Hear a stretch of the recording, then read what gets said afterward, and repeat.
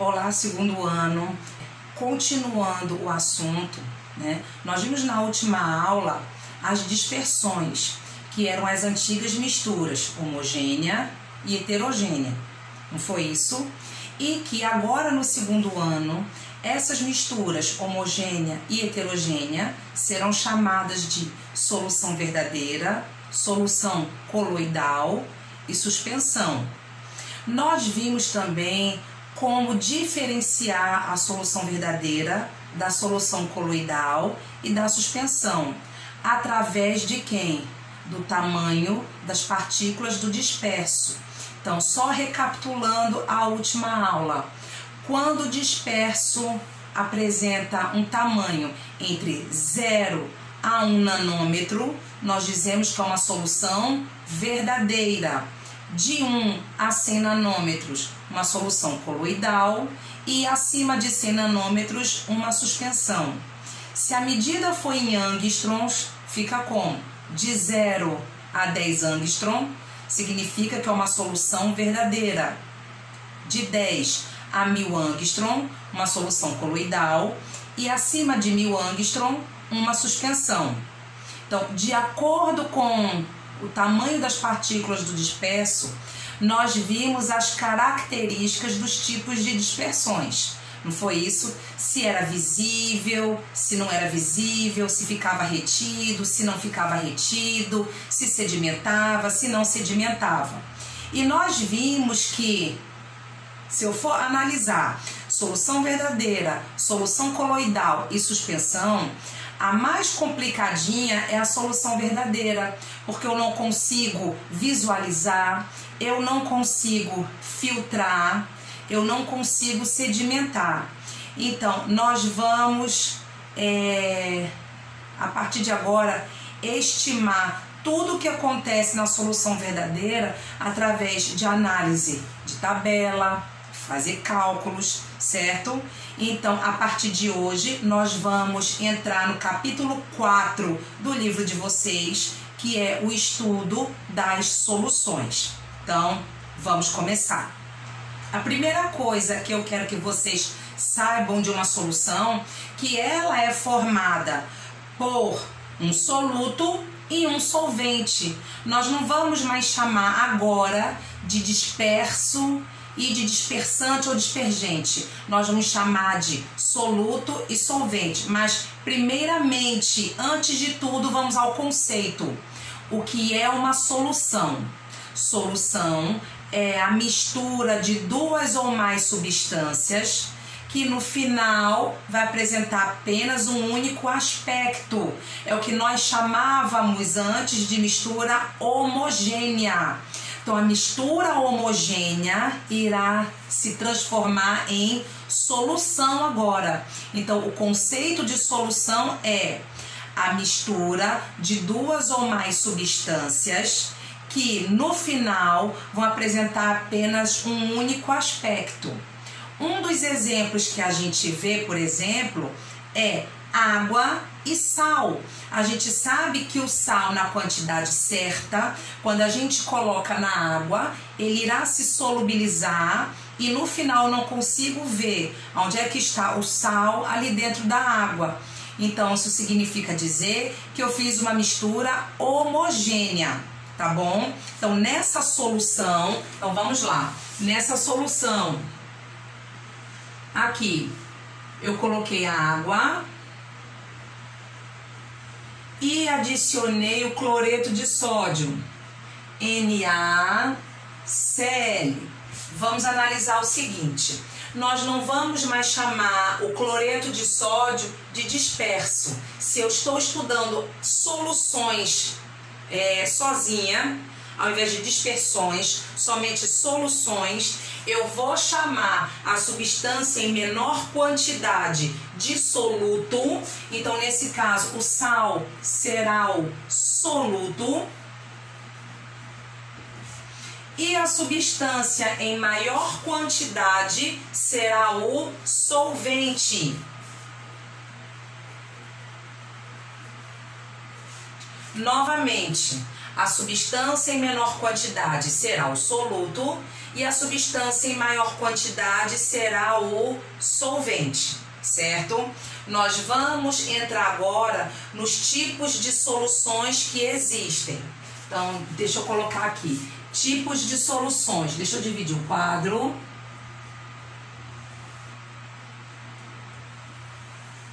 Deixa eu botar tipos de soluções.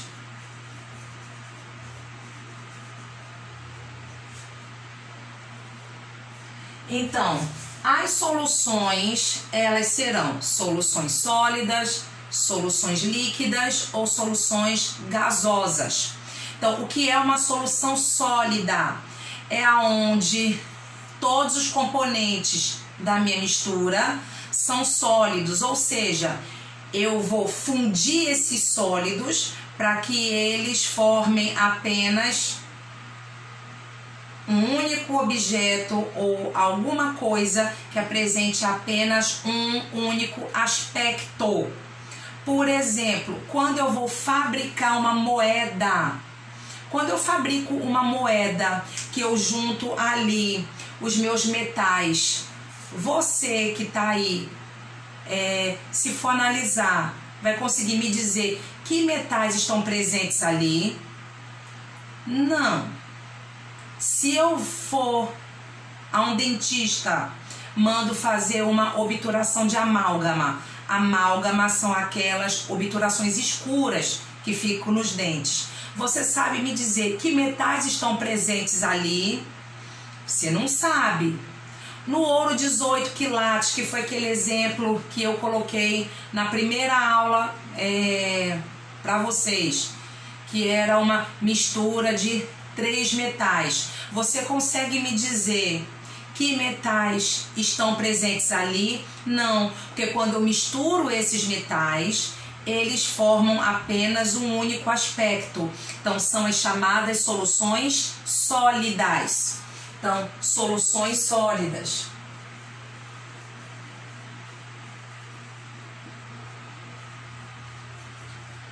As soluções líquidas, elas vão apresentar 2 líquidos que são miscíveis. Cuidado com esse nome, ó, miscível. Miscível é que um se solubiliza no outro.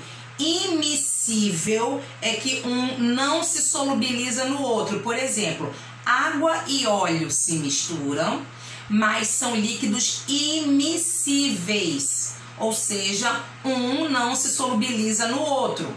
Agora, por exemplo, água e álcool são 2 líquidos e um se solubiliza no outro, então são líquidos miscíveis, tá bom? Então vamos lá. As soluções líquidas, elas são formadas por 2 líquidos, ou então um sólido e um líquido, mas que o líquido seja o solvente, ou então por um gás e um líquido, mas que o líquido esteja em maior quantidade, certo?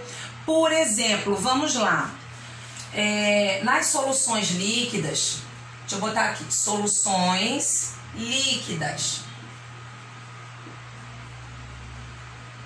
Nessas soluções líquidas, um dos exemplos é água e álcool, ou seja, 2 líquidos miscíveis. Segundo exemplo, para uma solução líquida, água e sal, ou seja, cloreto de sódio, mas que ele esteja numa quantidade suficiente para ser totalmente solubilizado. Então, é uma solução líquida? Certo? E outro exemplo, ó, refrigerante, por exemplo, é um gás solubilizado em um líquido, mas prestem bastante atenção. Para um gás ficar solubilizado em um líquido, são necessários 2 fatores primordiais: pressão e temperatura.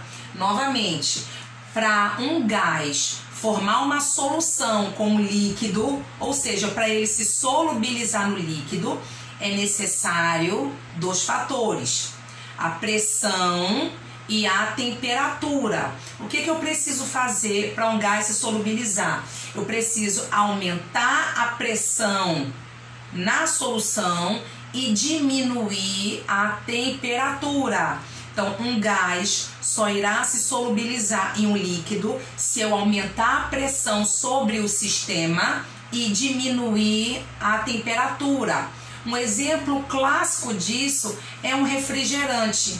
Se eu vou no mercado e compro um refrigerante, se eu não colocar ele na geladeira e ficar com esse refrigerante do lado de fora, chacoalhando ele, o que vai acontecer? Ele vai explodir ali dentro, tá certo? Por que ele vai explodir?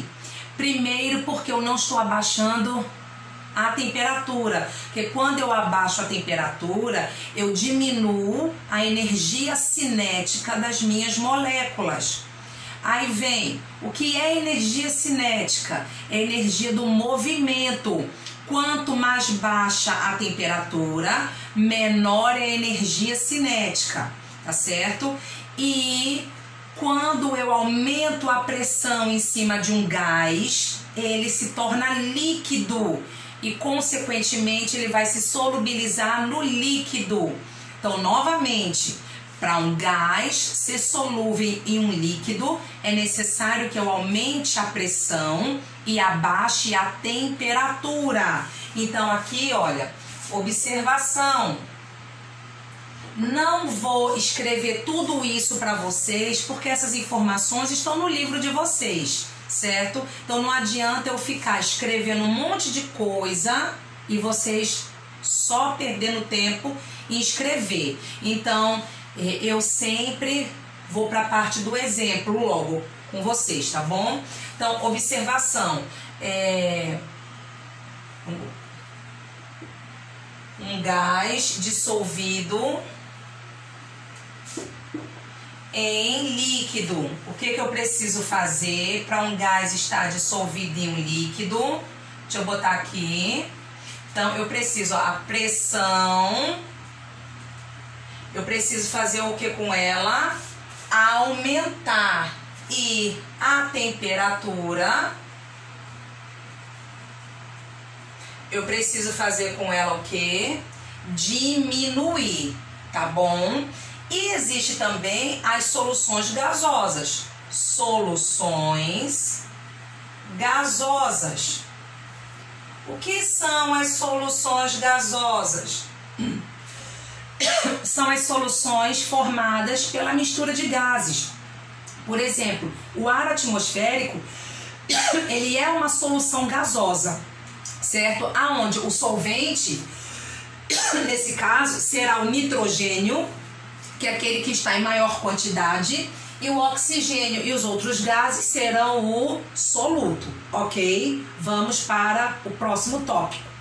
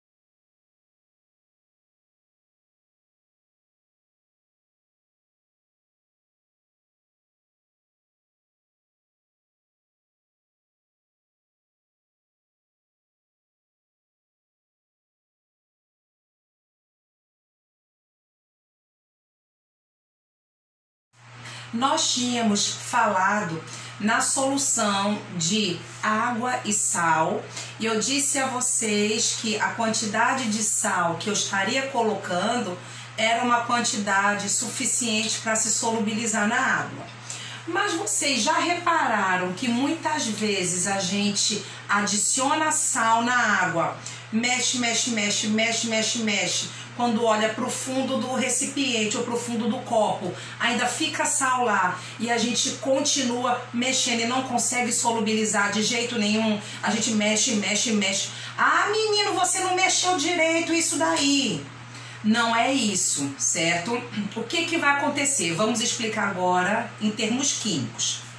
Cada substância apresenta a sua quantidade para ser dissolvida em uma quantidade de água. Sempre, qualquer substância química vai apresentar a sua quantidade para ser dissolvida em uma quantidade de água. Nós chamamos isso de solubilidade ou coeficiente de solubilidade. Por exemplo, o coeficiente de solubilidade será indicado pela letra S maiúscula e vamos supor que eu esteja falando do cloreto de sódio. Então, o coeficiente de solubilidade do cloreto de sódio será de 36 gramas por 100 gramas de água. E eu sempre preciso estipular a temperatura, 25 graus Celsius. Então, o que eu estou querendo dizer a você? Que eu consigo solubilizar até 36 gramas de sal de cozinha em 100 gramas de água, lembrando que a água é a única substância em que a sua massa é igual ao seu volume. Por que isso? Vamos lembrar primeiro ano. Qual é a densidade da água? A densidade da água é 1 grama por ml. Quer dizer o quê? Se eu pegar 1 ml de água e colocar numa balança, a massa que eu vou obter é de 1 grama. Então, é a mesma coisa eu escrever 100 gramas aqui ou então 100 ml. Em alguns livros virá escrito 100 gramas, em outros livros virá escrito 100 ml. Não importa, tá certo? E isso só acontece com a água. Então, novamente, o que eu escrevi aqui, ó, vou colocar aqui o coeficiente de solubilidade, deixa eu botar aqui. Isso aqui chama-se coeficiente de solubilidade. Deixa eu botar aqui. Coeficiente de solubilidade. Então, com esse coeficiente, eu consigo saber quanto eu consigo dissolver, quanto eu não consigo dissolver, certo? Então, ele está me mostrando que eu consigo dissolver 36 gramas de cloreto de sódio em 100 gramas de água ou em 100 ml de água na temperatura de 25 graus Celsius. A pergunta é: se eu modificar a temperatura, será que eu consigo modificar o meu coeficiente de solubilidade? Sim, certo? A maioria das substâncias, prestem bastante atenção, eu não estou falando todas as substâncias. A maioria das substâncias, quando eu aumento a temperatura, elas aumentam a massa dissolvida.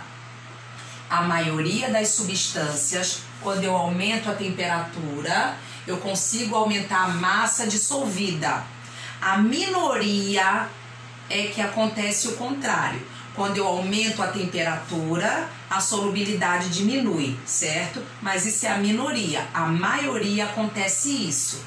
Então, significa dizer que eu só consigo dissolver 36 gramas a 25 graus Celsius.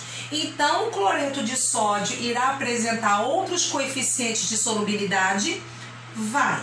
É por isso que em química é muito importante a gente indicar a temperatura, tá certo?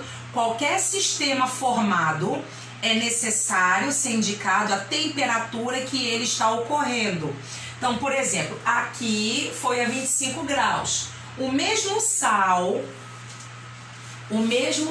ó, NaCl, eu consigo dissolver 40 gramas dele em 100 gramas de água, por exemplo, se eu subir agora a temperatura para 90 graus Celsius.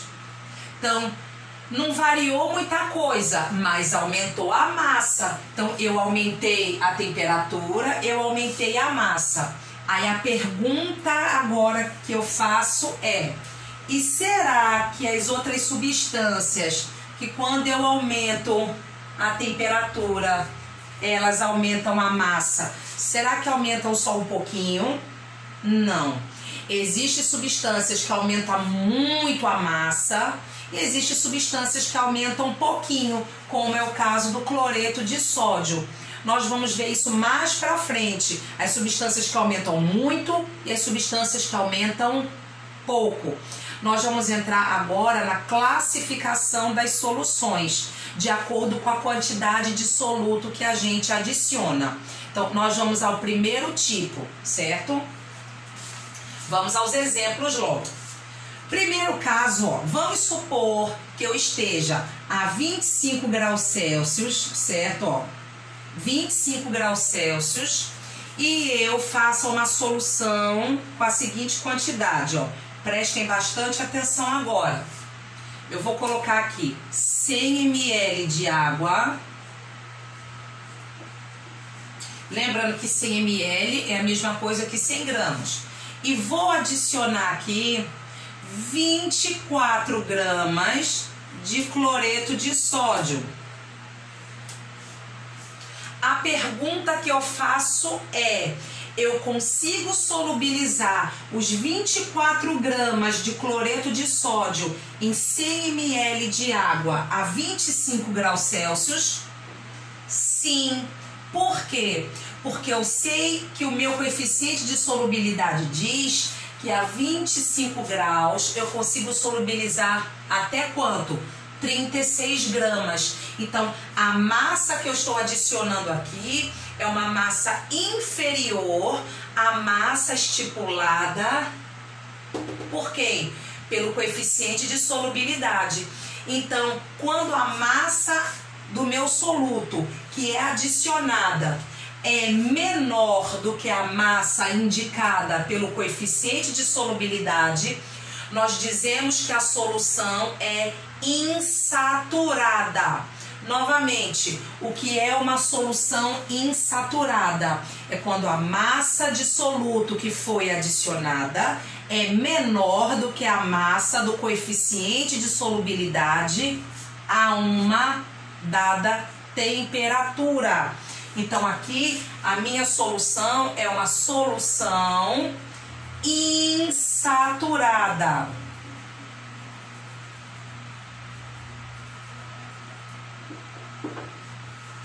Ok? Solução insaturada. Segundo exemplo, se eu continuar a 25 graus Celsius e fizer a seguinte solução: pego 100 ml de água e adiciono agora 36 gramas de cloreto de sódio. Veja bem, eu agora fiz uma outra solução, adicionei 100 ml de água e adicionei 36 gramas de cloreto de sódio. A pergunta que eu faço é: eu consigo solubilizar os 36 gramas de cloreto de sódio em 100 ml de água? Consigo. Por quê? Porque o meu coeficiente de solubilidade a 25 graus diz que eu consigo solubilizar até 36 gramas em 100 gramas de água. Então isso quer dizer o quê? Que a massa que eu adicionei foi igual à massa do coeficiente de solubilidade. Ou seja, eu cheguei no limite da minha solução. Então, quando isso acontece, nós dizemos que a solução é uma solução saturada. Então, aqui eu tenho solução saturada. Ok? Então, novamente, solução insaturada é quando a massa adicionada é menor do que a do coeficiente de solubilidade. Solução saturada é quando a massa adicionada é igual à do coeficiente de solubilidade. Nós chegamos no limite da dissolução. Aí vem agora. Eu faço uma outra solução agora, 25 graus Celsius. Coloco aqui 100 ml de água novamente, ó, 100 ml de água. E vou adicionar agora 38 gramas de cloreto de sódio.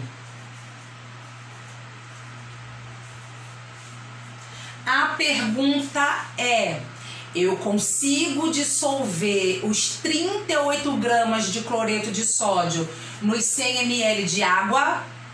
Não, não consigo, tá certo? Por quê? A 25 graus, o meu coeficiente de solubilidade diz que eu só consigo dissolver 36 gramas. Então, quando eu adiciono os 38 gramas, eu vou solubilizar somente quantos? 36. 2 gramas eu não consigo solubilizar. Então, esses 2 gramas vão se depositar no fundo do recipiente, certo? Ficam aqui insolúveis. Por mais que eu mexo, eu não consigo solubilizar de jeito nenhum. Aí a pergunta é: e que tipo de solução é essa agora? Saturada com corpo de fundo. Saturada, sim, saturada porque eu dissolvi o máximo que ela podia dissolver, que era quanto?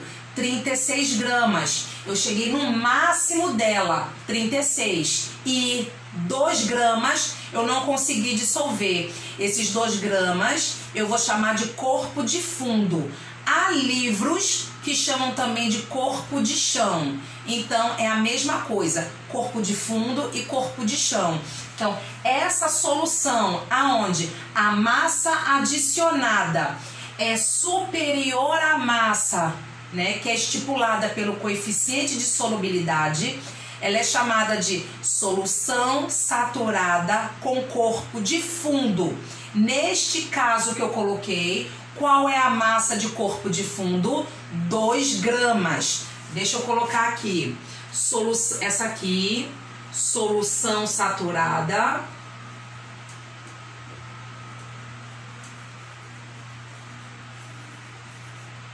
Com corpo de fundo.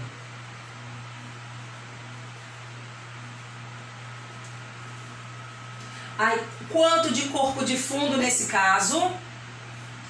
2 gramas. Vou dar alguns minutinhos para vocês copiarem o que eu escrevi aqui, para nós entrarmos no último tipo de solução, tá certo?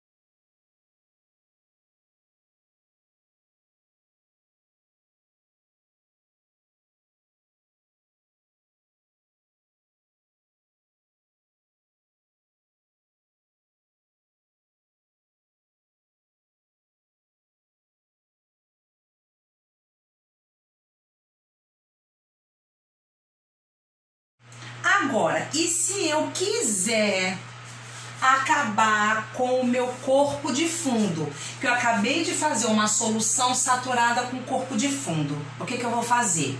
Prestem atenção agora.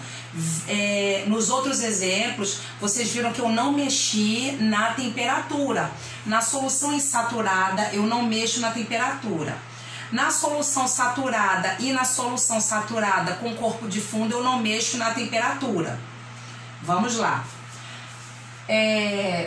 Ainda nesse exemplo dos 38 gramas, né, nós vimos que eu não consigo solubilizar os 38, eu só consigo solubilizar 36. Vou pegar essa solução e vou colocar em aquecimento. Atenção agora no que eu vou fazer. Então, olha, vou pegar essa solução e vou colocar em aquecimento, ó. Aquecimento. Continuando o esquema, ó, aquecimento. Quando eu aquecer essa solução, então vamos supor que eu vá aquecer até 90 graus Celsius. Quando eu aqueço ela até 90 graus Celsius, eu mudo o coeficiente de solubilidade do meu cloreto de sódio. Significa dizer o quê? Que eu não solubilizo somente 36 gramas. Eu consigo solubilizar quantos gramas? 40 gramas. Novamente, quando eu aqueço até 90 graus Celsius, o que vai acontecer? A minha solução, ela vai aumentar o coeficiente de solubilidade dela. Vai sair de 36 e vai para 40. Então significa dizer que a minha solução não será mais saturada com corpo de fundo a 90 graus Celsius. Ela será o quê? Insaturada. Ela vai se tornar uma solução insaturada, certo? Então, a 90 graus Celsius, a minha solução, que antes era saturada com corpo de fundo, ela vai passar a ser agora o quê? Insaturada. Então, ela fica insaturada aqui.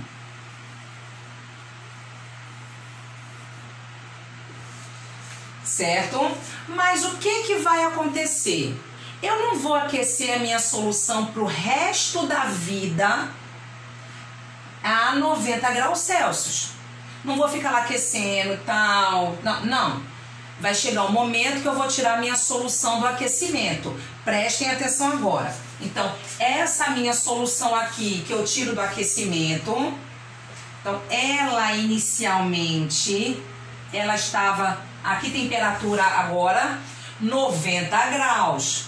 Com quanto de massa dissolvido nela? 38. Por quê? Ela passou a ser insaturada. Mas o que vai acontecendo? Vai acontecer o que a gente chama de resfriamento. Se eu tiro do aquecimento, ela começa a ser resfriada. E esse resfriamento é para ser em repouso. Ou seja, eu não posso ficar mexendo na minha solução. Então, novamente, tirei a minha solução insaturada do aquecimento, coloquei ela em repouso. Quando ela volta, aliás, quando ela está em repouso, ela começa a ser resfriada automaticamente. Isso é normal. Aí ela vai voltar novamente para que temperatura? 25 graus Celsius, que é considerada a temperatura ambiente. Sempre que em química ou em física falar em temperatura ambiente, é para vocês lembrarem que é 25 graus Celsius, certo? Então vamos lá. Ela estava a 90 graus, eu tirei do aquecimento, ela começou a resfriar com os 38 gramas solubilizados nela.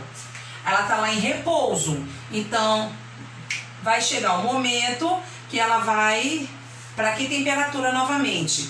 25 graus. Aí vem, quando ela chegar a 25 graus, aqueles 38 gramas de cloreto de sódio vão continuar dissolvidos nela. Peraí, A palavra-chave foi repouso. A 25 graus, eu consigo dissolver apenas 36 gramas. Mas eu aqui, porque eu mexi na temperatura, eu consegui fazer com que 38 gramas ficassem totalmente solubilizados. Lembrando que eu aqueci, depois eu tirei do aquecimento para ela resfriar. Quando ela resfriou, a massa que já estava solubilizada continuou solubilizada. Quer dizer o quê? Que a massa solubilizada em 100 ml de água é superior à massa do meu coeficiente de solubilidade a 25 graus. Então, quando isso acontece, nós chamamos a solução de supersaturada. Então, aqui é um caso de solução supersaturada. Deixa eu colocar aqui. Solução supersaturada. Aí vamos lá. O que é uma solução supersaturada? É quando a massa adicionada do soluto é superior à massa do coeficiente de solubilidade. Aliás, adicionada e dissolvida, tá certo? A massa dissolvida é superior à massa do coeficiente de solubilidade. Mas aí vem, como é que eu consigo obter uma solução supersaturada? Quando eu mexo na temperatura. Quando eu mexo na temperatura, eu mexo no coeficiente de solubilidade. Aí a pergunta é agora, e ela fica assim pro resto da vida? Não. Vocês viram que eu falei que o resfriamento aconteceu em repouso. Então as soluções supersaturadas são soluções instáveis. Deixa eu colocar aqui, ó. A supersaturada são soluções, então é uma solução instável. Instável. Não pode esquecer disso. Por quê? O que é uma coisa instável? Que a qualquer momento ela se desmorona, certo? E é o que vai acontecer com a solução supersaturada. Por quê? Porque a 25 graus eu só consigo dissolver quanto? 36. E eu estou aqui com 38 gramas dissolvido. Então, se eu mexer nessa solução aqui, ou seja, agitar ela um pouco, ela volta a ser o quê? Saturada com corpo de fundo. Ou seja, ela consegue solubilizar até 36 gramas, então eles continuam dissolvidos. E os 2 gramas de excesso que estão dissolvidos vão novamente para o fundo do recipiente e volta a ser uma solução saturada com corpo de fundo. Então essa é a primeira hipótese, quando eu mexo na minha solução supersaturada. Segunda hipótese é quando eu jogo o que a gente chama de germe de cristalização. Que é isso, germe de cristalização? Por exemplo, qual é o soluto que eu estou utilizando? Não é o cloreto de sódio. Então, o cloreto de sódio é o meu soluto ali. Vou pegar um grãozinho dele só e colocar na minha solução supersaturada. Quando eu coloco, então vamos supor que eu chegue com um grãozinho e jogue ali dentro. Faço assim, joguei ali dentro. Esse grãozinho, quando entrar em contato com a minha solução, ele será responsável em cristalizar o sal que está dissolvido em excesso. Então a solução fica com uma aparência rajada, ou seja, de que o vidro está quebrando. Na realidade não é o vidro quebrando, é o soluto que está em excesso dissolvido ali, voltando para sua forma sólida para formar novamente o corpo de fundo. Então, novamente, nós vamos apresentar solução insaturada. Então, recapitulando, solução insaturada é aquela que a massa dissolvida é menor do que a do coeficiente de solubilidade. Solução saturada é aquela solução em que a massa dissolvida é igual à do coeficiente de solubilidade. E o que é uma solução supersaturada é aquela em que a massa dissolvida é maior do que a massa do coeficiente de solubilidade. Aí vem, solução insaturada, ela é estável, solução saturada é estável, solução supersaturada é instável. Qualquer movimento, qualquer germe de cristalização faz com que ela volte a ser novamente saturada com corpo de fundo, ok? A solução supersaturada só vai existir quando eu mexer na temperatura, somente dessa forma. Aí eu mexo na temperatura e depois eu coloco ela em repouso para ela ser resfriada. Vou dar agora alguns minutinhos para vocês finalizarem isso daqui, para eu colocar exercícios para vocês fazerem.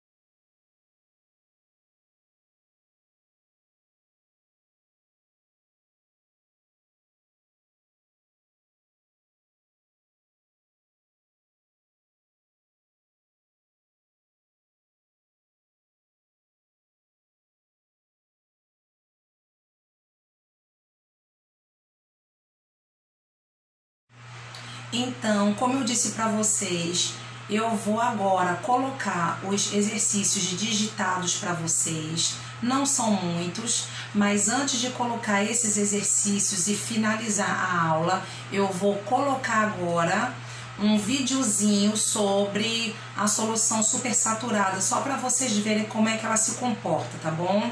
Um grande beijo para todos e fiquem com Deus. Pitadinha de